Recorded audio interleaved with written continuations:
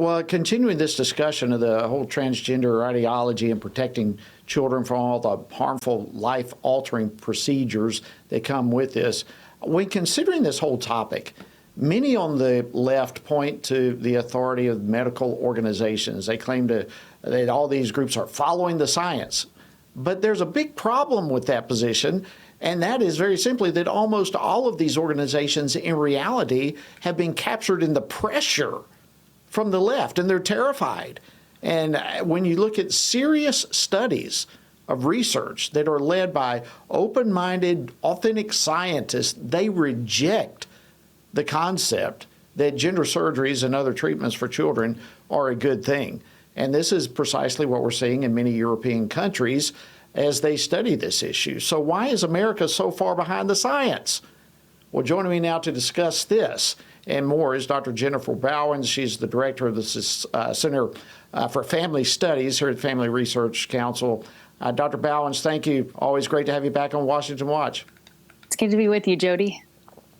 Well, let's jump into this. You personally have testified at a number of state legislatures, bringing your expertise on this issue to so many and joining the debate, helping the debate go forward. In all the research that you've studied, we are often accused of adhering to pseudoscience, which is just flat out wrong. I know recently in Nebraska, you were recently there supporting the bill that they were pushing, and you were at odds with some folks there. I'd like to play clip 6 here and let you tell us about it. If we were to enact this legislation, we would be going in opposite, or not in opposite, we would not be in compliance with WPATH's recommendations. Right. You'd be more in compliance with science. Okay. Okay. That was the most awesome answer ever. I love it. Tell us about that. Yeah. Well, what's funny is that WPATH, which is the World Professional Organization for Transgender Health, has put forth these guidelines. So it's all these medical groups that have agreed that this is the best way to treat children who identify as transgender. So notice what I said, agreed. Basically, they voted on these practices because the science is lacking. So this is a common practice especially in the psychological field. So just draw a parallel. After 9/11, we were looking for ways to help people quickly recover from a trauma. So we had a group that gathered who had trauma background, and they voted on the practice of psychological first aid. And they did this because it's known to cause very little harm. So these practices are not invasive. They're basically hand somebody a bottle of water, be supportive, find out about their support network, etc. Nothing invasive whatsoever. And it's a voted on practice. Now you turn to the WPATH, and what are they doing? They're voting on something that is the most invasive treatment to a psychological condition that we've almost ever had aside from lobotomy. And it's a voted on practice. So that's what I meant when I said the WPATH might be putting this out, but this isn't real science. This is a vote. Well, that was I just absolutely love that response. And I love the reaction of everyone in there. I mean, by virtue of their laughter, they were totally agreeing with you.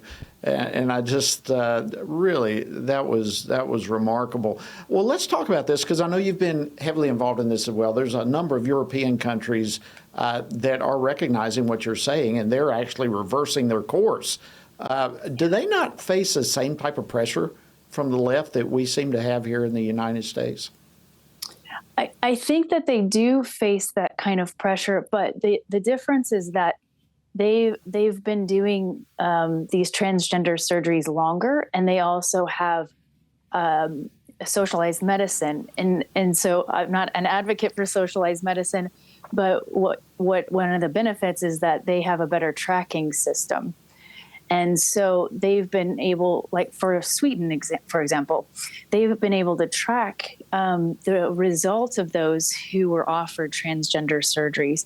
And they were able to see that those who went through these procedures, the surgeries, they were actually 19 times more likely to commit suicide. So the supposed statement that this kind of care prevents people from committing suicide and that it's life-saving and the science is settled is an absolute farce that some of these European countries have been able to see over a longer period of time. And Wow. we have a group that's just hook, line, and sinker. Let's just, go for it and forget the science and make the science say whatever we want it to say. Wow. Well, that's exactly what we're watching here. And, so although some of these European countries certainly have the pressure, as you're saying, the reality of the science is so overwhelming that they are sticking with the science because they know in the long run that's right. So let's talk about the medical transitions. What does the research really tell us about medical transitions?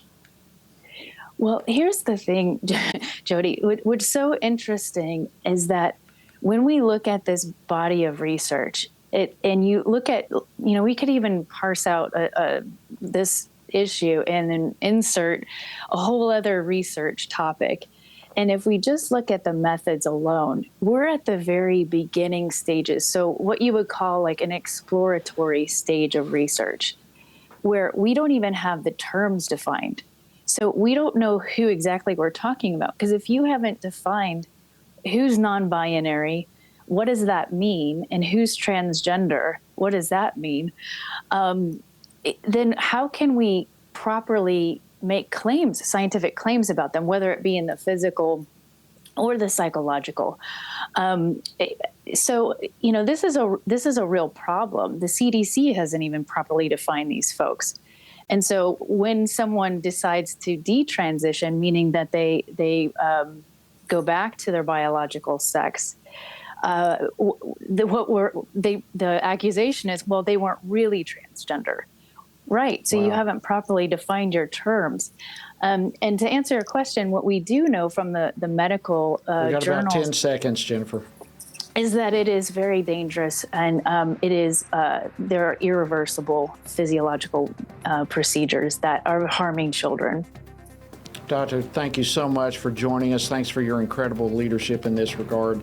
We appreciate you joining us on Washington Watch. Thanks for having me, Jody.